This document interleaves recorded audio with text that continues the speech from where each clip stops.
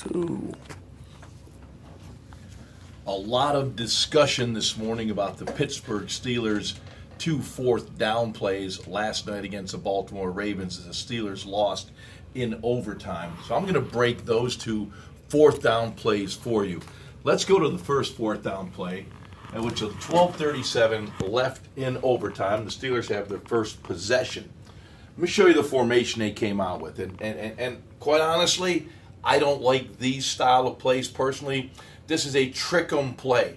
Now, when you got a Le'Veon Bell, I don't think you need a trick 'em play with the game on the line. Let me show you why it's a trick 'em play. This is a tackle right here. Villanueva.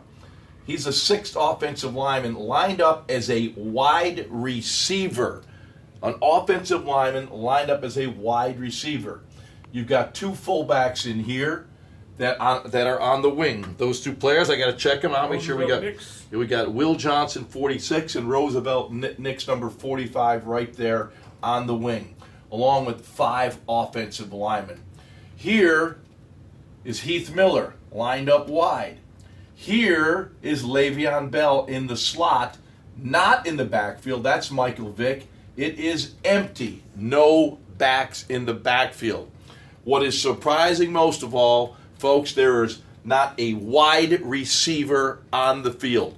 No wide receivers. A trick 'em play. Now, let's run the play and see what happens. Heath Miller is going to come down. He's got a crack. He's coming in, and he's got a crack on this defensive end right there. Now, the ball snapped a little bit certain. He's too far away.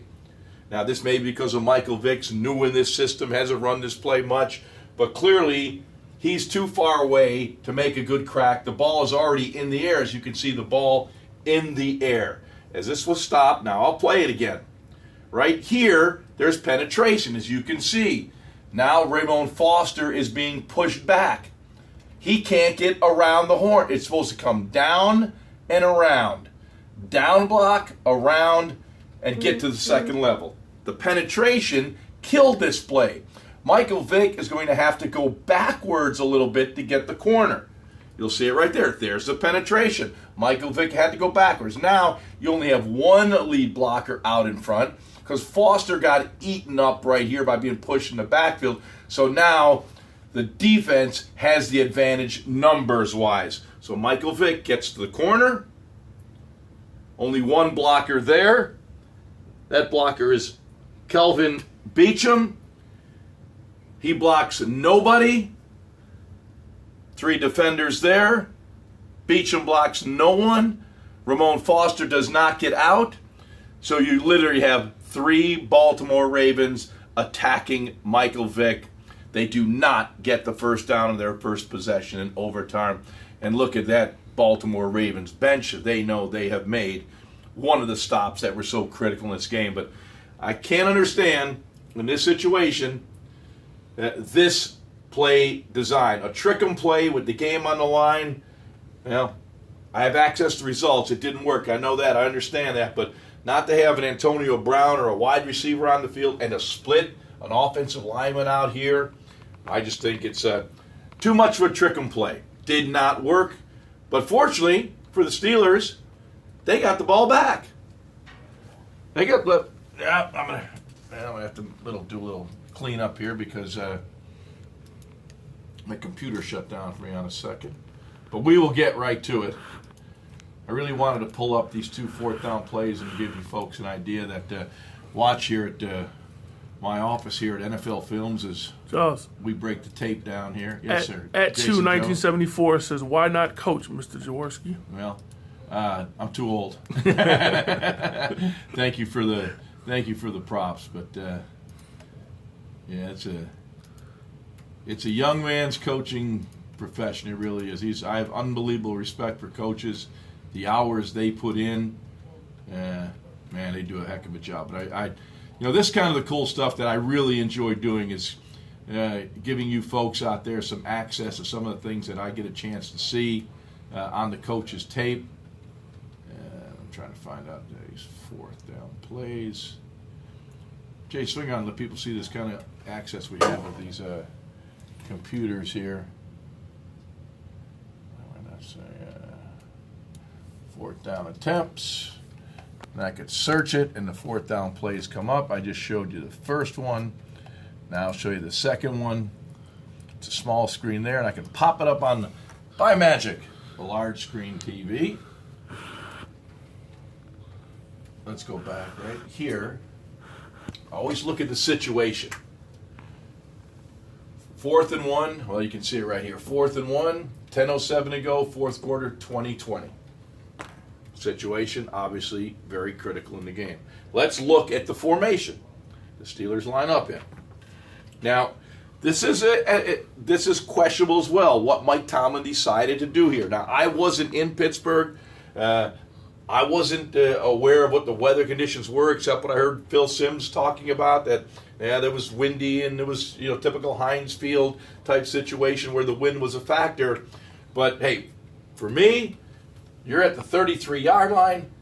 You got a 50-yard field goal. You got to put it in the hands of your kicker. And I know Josh Scobie missed a couple kicks, but he's your kicker. You got to give him a chance to kick a walk-off game-winning field goal. They decided to go for it on 4th down. Now, as you'll see here, Antonio Brown will come in motion across the formation, freeze it right there. Once again, the Steelers have heavy personnel on the field. They got a lot of offensive linemen, and I'll point that out from the end zone camera. But immediately, I think this is a good call by play design to get Antonio Brown right here outside. He's outside his coverage right now. They are, because he's got great speed coming across, he has out-leveraged the defense. They are now inside. So this play is actually there. You'll see him break out. It is open there. You can see. In the National Football League, folks, when you create this kind of separation of about 2 yards, that is considered wide open. But unfortunately, Michael Vick makes an errant throw. The pass is incomplete. The Ravens get the ball back, and they win the game. But let's go back. Again, 4th and 1 on the 33-yard line. The Steelers decide to go for it. Do not opt to kick a field goal, and you see their formation. Guard, tackle, extra offensive lineman, fullback. Heath Miller over on this side. This is the area you would think they would run the football. Here's your soft spot of the defense, right there at that linebacker, 5 yards away from a potential Le'Veon Bell run. But the Steelers decide to throw the football. Again, as I showed you a moment ago, Antonio Brown out-leveraged the defense. He's outside.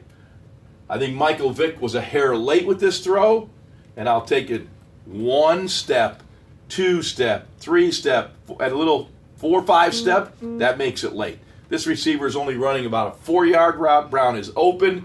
Michael should have set it 3. That ball should have come out a lot quicker. But even that being said, Michael Vick is a professional quarterback that has made this throw 1,000 times and put it on the wide receiver's belt buckle and moved the chains.